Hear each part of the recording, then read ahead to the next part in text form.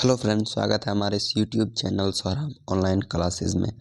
आज हम class 10th सामाजिक विज्ञान के बहुत ही most important VVI objective questions करा रहे हैं।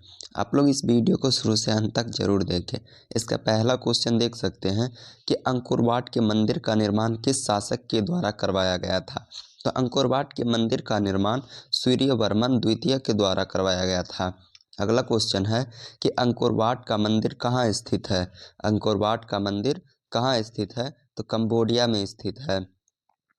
हिंद चीन में कौन देश सम्मिलित नहीं था, तो हिंद चीन में चीन सम्मिलित नहीं था। अगला क्वेश्चन है कि हिंद चीन पहुंचने वाला प्रथम व्यापारी कौन था, तो हिंद चीन पहुंचने वाला प्रथम व्यापारी पुर्तगाली था। अगला क्वेश्चन देख सकते हैं कि वियतनाम में तोकिन फ्री स्कूल की स्थापना कब हुई थी, तो 1907 ईस्वी में वियतनाम में तोकिन फ्री स्कूल की स्थापना हुई थी। हिंद चीन में कोलोन किन्हें कहा जाता है, तो हिंद चीन में कोलोन फ्रांसीसी नागरिक को कहा जाता है। अगला क्वेश्चन है कि the history of the loss of Vietnam किसने लिखा था, तो फान बोई चाउ ने लिखा था। अगला क्वेश्चन देख सकते हैं कि मार्च 1946 में फ्रांस एवं वियतनाम के बीच होने वाला समझौता किस नाम से जाना जाता है, तो हनोई की समझौता के नाम से जाना जाता है। अगला क्वेश्चन है कि नरोत्तम सिहानुक कहाँ के शासक थे, तो कंबोडिया के शासक थे। अगला क्वेश्चन है कि वियतनाम का एकीकरण कब हुआ था। वियतनाम का एकीकरण कब हुआ था, तो 1975 ईस्वी में हुआ था। अगला क्वेश्चन देख सकते हैं कि हिंद चीन क्षेत्र में कौन से देश आते हैं, तो कंबोडिया, वियतनाम, लाओस। क्या हो जाएगा, कंबोडिया, वियतनाम, लाओस। अगला क्वेश्चन है कि कंबोडिया में किस हिंदू देवता का मंदिर है, तो विष्णु का। अगला क्वेश्चन है कि कन्फ्यूशियस कौन था, तो एक चीनी विचारक था। कौन था, एक चीनी विचारक था। अगला क्वेश्चन है कि हिंद चीन किसके अधीन था, तो फ्रांस के अधीन था। अगला क्वेश्चन देख सकते हैं, हिंद चीन में बसने वाले फ्रांसीसी को कहे जाते थे कोलोन। क्या कहा जाता था, कोलोन कहा जाता था। फ्रेंच इंडो चाइना की स्थापना किस वर्ष की गई थी, तो 1887 ईस्वी में किया गया था। फ्रेंच इंडो चाइना की स्थापना किस वर्ष की गई थी, तो 1887 ईस्वी में किया गया था। इंडो चाइना किस देश का उपनिवेश था। इंडो चाइना किस देश का उपनिवेश था, तो फ्रांस का उपनिवेश था। अगला क्वेश्चन है कि वियतनाम में रिकॉल्स रिवॉल्ट किसके विरुद्ध किया था, तो ईसाई धर्म प्रचार के विरुद्ध किया था। अगला क्वेश्चन है कि एस्कॉलर्स रिवॉल्ट कब हुआ था, तो 1868 ईस्वी में हुआ था। कब, 1868 ईस्वी में। अगला क्वेश्चन देख सकते हैं कि वियतनाम में तोकिन फ्री स्कूल किस उद्देश्य से स्थापित किया गया था, तो पश्चिमी शिक्षा देने के लिए। अगला क्वेश्चन है कि निम्नलिखित में से कौन उद्योगों की स्थिति के निर्धारण में महत्वपूर्ण नहीं है, तो जलवायु। क्या हो जाएगा, जलवायु। अगला क्वेश्चन है कि निम्नलिखित उद्योगों में से कौन सी कृषि पर आधारित नहीं है, तो सीमेंट। अगला क्वेश्चन देख सकते हैं कि निम्नलिखित में से कौन छोटे पैमाने का उद्योग है, तो खिलौना उद्योग। निम्नलिखित में से कौन उद्योग सार्वजनिक क्षेत्र के अंतर्गत आता है, तो बोकारो लौह इस्पात उद्योग। अगला क्वेश्चन है कि निम्न में से कौन निजी क्षेत्र की कंपनी नहीं है। निम्न में से कौन निजी क्षेत्र की कंपनी नहीं है, तो सेल हो जाएगा। अगला क्वेश्चन है कि भारत में पहली सूती मिल कहाँ स्थापित की गई थी। भारत में पहली सूती मिल कहाँ स्थापित किया गया था, तो मुंबई में। अगला क्वेश्चन है कि मुंबई में प्रथम सूती कपड़ा मिल किस वर्ष स्थापित की गई थी, तो 1854 ईस्वी में किया गया था। सूती वस्त्रों की राजधानी है मुंबई। सूती वस्त्रों की राजधानी कहाँ है, मुंबई। उत्तर भारत का मैनचेस्टर किस शहर को कहा जाता है, कानपुर को। अगला क्वेश्चन है, भारत का प्रथम वस्त्र पार्क कहाँ स्थापित किया गया था, तो तमिलनाडु में किया गया था। ऊनी वस्त्र के उत्पादन में किस राज्य का प्रथम स्थान है, पंजाब का। अगला क्वेश्चन है कि निम्न में से कौन सा राज्य नारियल जटाक उद्योग में अग्रणी है, केरल। क्या हो जाएगा, केरल। अगला क्वेश्चन देख सकते हैं कि इनमें से कौन उपभोक्ता उद्योग है? तो चीनी उद्योग। अगला क्वेश्चन है कि भारत में सबसे पहले स्थापित लौह इस्पात कंपनी निम्नलिखित में से कौन सा है? तो टाटा लौह इस्पात कंपनी 1907 में हुआ था। अगला क्वेश्चन है कि जमशेदपुर, दुर्गापुर, भिलाई और सिलेम किस उद्योग के केंद्र है? तो आयरन और स्टील। क्या हो जाएगा? आयरन और स्टील।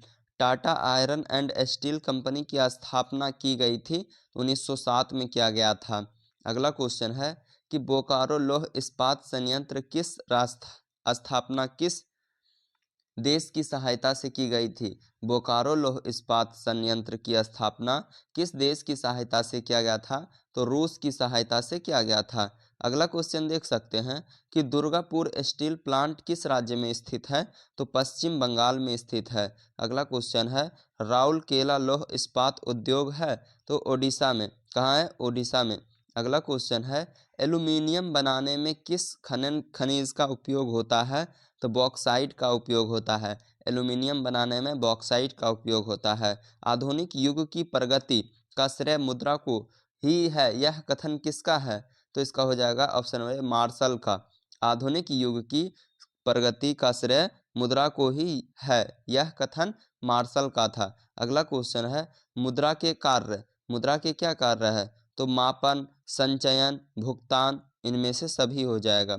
अगला क्वेश्चन है कि विनिमय का सर्वोच्च माध्यम है? तो मुद्रा हो जाएगा। विनिमय का सर्वोच्च माध्यम है मुद्रा। निम्न में से कौन सा मुद्रा का एक आधुनिक रूप नहीं है? तो जमा। निम्न में से कौन सा मुद्रा का एक आधुनिक रूप नहीं है? तो जमा। अगला क्वेश्चन है कि आजकल मुद्रा का कौन सा रूप अधिक प्रचलन है? आजकल मुद्रा का कौन सा रूप अधिक प्रचलन में है? तो पत्र मुद्रा। क्या हो जाएगा? पत्र मुद्रा। निम्न में किसके अनुसार मुद्रा वह है जो मुद्रा का कार्य करती है? तो इसका हो जाएगा हार्टले विदर्स। हार्टले विदर्स हो जाएगा। अगला क्वेश्चन है साख का संबंध किससे है? तो दोनों से, गरीबी से और उधार से। साख का संबंध है गरीबी से, उधार से, इनमें से दोनों हो जाएगा। साख का अर्थ होता है क ख दोनों, विश्वास करना और ऋण लौटाने की क्षमता। अगला क्वेश्चन है कि मुद्रा का प्राथमिक कार्य क्या है? तो विनिमय का माध्यम। क्या हो जाएगा? विनिमय का माध्यम। अगला क्वेश्चन है कि इनमें से कौन मुद्रा के कार्य नहीं है? तो लेखन एवं संपादन, उत्पादन। क्या हो जाएगा? लेखन एवं संपादन, उत्पादन। अगला क्वेश्चन है कि इनमें से कौन सी मुद्रा संयुक्त राज्य अमेरिका में प्रचलित है? तो डॉलर। अमेरिका में डॉलर चलता है। अगला क्वेश्चन है कि प्रारंभिक अवस्था में मनुष्य का व्यापार किस पर आधारित था? प्रारंभिक अवस्था में मनुष्य का व्यापार किस पर आधारित था? तो वस्तु विनिमय पर। किस पर? वस्तु विनिमय पर। अगला क्वेश्चन है कि विनिमय में कितने रूप हैं? विनिमय के कितने रूप हैं? तो दो रूप होते हैं। अगला क्वेश्चन है कि रुपया किस देश की मुद्रा है? तो भारत की, पाकिस्तान की, नेपाल की, इनमें से सभी की। रुपया इन तीनों की मुद्रा है। अगला क्वेश्चन है कि प्राचीन युग में विनिमय की कौन सी प्रथा प्रचलित थी? तो वस्तु विनिमय। क्या हो जाएगा? वस्तु विनिमय। अगला क्वेश्चन है कि विनिमय के कौन से रूप है? तो वस्तु विनिमय, मौद्रिक विनिमय, इनमें से दोनों हो जाएगा।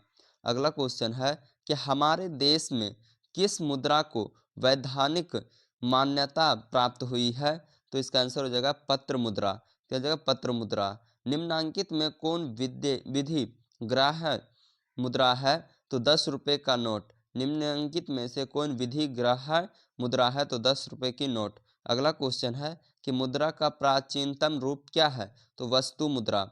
अगला क्वेश्चन है कि किस धातु का मुद्रा के रूप में सर्वाधिक प्रयोग हुआ है? तो चांदी और सोना। अगला क्वेश्चन है कि भारतीय लोकतंत्र में सत्ता के विरुद्ध जन आक्रोश किस दशक से प्रारंभ हुआ है? तो 1970 के दशक से। अगला क्वेश्चन है कि बिहार में संपूर्ण क्रांति का नेतृत्व निम्नलिखित में से किसने किया था? तो जयप्रकाश नारायण ने किया था। चिपको आंदोलन निम्नलिखित में से किससे संबंधित है? तो पेड़ बचाने से संबंधित है।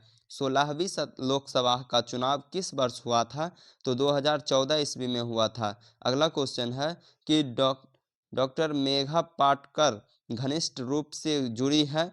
तो नर्मदा बचाओ आंदोलन से। अगला क्वेश्चन है कि नर्मदा घाटी परियोजना किस राज्यों से संबंधित है? तो गुजरात, महाराष्ट्र और मध्य प्रदेश से। अगला क्वेश्चन है कि तारी विरोधी आंदोलन निम्नलिखित में से किस प्रांत में शुरू किया गया था? तो आंध्र प्रदेश में। अगला क्वेश्चन है कि भारत में हुए 1977 के आम चुनाव में किस पार्टी को बहुमत मिला था? तो जनता पार्टी को। अगला क्वेश्चन देख सकते हैं कि नर्मदा बचाओ आंदोलन संबंधित है? तो पर्यावरण से संबंधित है। वर्ष 1975 भारतीय राजनीति में किस लिए जाना जाता है? तो इसका आंसर हो जाए आप लोग, वर्ष 1975 भारतीय राजनीति में किस लिए जाना जाता है? तो इसका आंसर हो जाएगा, देश के अंदर आपातकाल लागू हुआ था। अगला क्वेश्चन है कि इनमें कौन प्राकृतिक आपदा है? तो महामारी एक प्राकृतिक आपदा है। निम्नलिखित में से कौन मानव जनित आपदा नहीं है? तो सुनामी एक मानव जनित आपदा नहीं है। अगला क्वेश्चन है कि इनमें से कौन सी प्राकृतिक आपदा नहीं है? तो आतंकवाद प्राकृतिक आपदा नहीं है। सुनामी लहर चेतावनी प्रणाली केंद्र की स्थापना कहाँ की गई थी? तो चेन्नई, तमिलनाडु में किया गया था। इनमें से कौन प्राकृतिक आपदा नहीं है? तो गरीबी एक प्राकृतिक आपदा नहीं है। इन निम्न में से कौन सा मानव जनित आपदा नहीं है? तो इनमें से कोई नहीं। सांप्रदायिक दंगा, आतंकवाद, रेल दुर्घटना, ये सभी मानव जनित आपदा है। यहाँ पूछ रहा है कौन नहीं है? तो इनमें से कोई नहीं। अगला क्वेश्चन है कि सुनामी प्रभावित क्षेत्र में मकानों का निर्माण कहाँ करना चाहिए? तो समुद्र तट से दूर ऊंचाई पर करना चाहिए। भोपाल गैस त्रासदी किस प्रकार का आपदा था? तो मानव जनित आपदा था। अगला क्वेश्चन है कि कितने प्रतिशत कम वर्षा होने पर किसी क्षेत्र को सूखा घोषित कर दिया जाता है? तो 75% कम वर्षा होने पर उस क्षेत्र को सूखा घोषित कर दिया जाता है। बिहार की किस नदी को बिहार का शौक कहा जाता है? तो कोसी नदी को बिहार का शौक कहा जाता है।